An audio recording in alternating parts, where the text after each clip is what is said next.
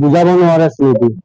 আমি চাওক, আমি সকলোৱে কামত ইমান কামৰ ব্যস্ততাৰ মাজত এই এলুমিনি নামত যিটো আমি ওতঃপ্ৰোতভাৱে জড়িত হৈ আছো, মানে বন্ধুবিলাকক লগ পালে কি 30-40-50 বছৰ পিছত এজন বন্ধু আছে মানে আৱেগিক হৈ যোৱা যায়। আমি যিজন এজন ক্ষীণ ল'ৰা বা এজন ছোৱালী আছিল, আজি দেখিছো বৃদ্ধ হৈ শকত আৱত হৈছে, মাত্ৰ এজন তেওঁলোক চিনিয়ে নাপালে। মানে এইটো ইয়াত থকাৰ কাৰণে মাতিব নোৱাৰে, মানে এইটো এটা বুজাব নোৱাৰা আৱেগ, আৰু এই আৱেগটোক সকলোৱে অনুভৱ কৰিব নোৱাৰে। কিছুমানে যে আমাৰ এলুমিনি হৈ যোনে লাগি আছে তেওঁলোকেহে বুজি পাইছে যে এলুমিনিটো কি বস্তু, বুজাব নোৱাৰা অনুভৱ। আজি এটা সুন্দৰ মুহূৰ্ত, ঐতিহাসিক মুহূৰ্ত, যিটো দিন সোণালী আখৰে লিপিবদ্ধ থাকিব, যাক ভাষাৰে বুজাব নোৱাৰা এটা আনন্দৰ পাৰ নধৰা এটা সময়।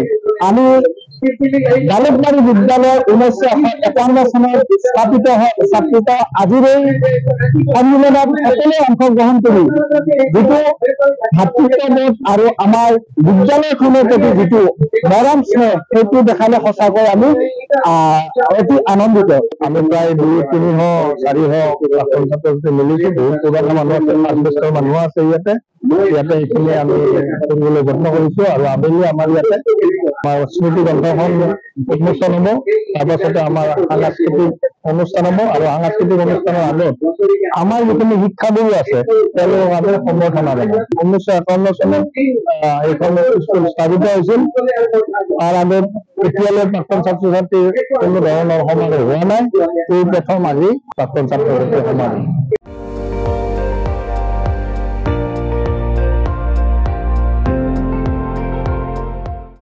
আপুনি চাই আছে ND24, সৰ্বশ্ৰেষ্ঠ নহয় সৰ্বোত্তমৰ দৌৰ।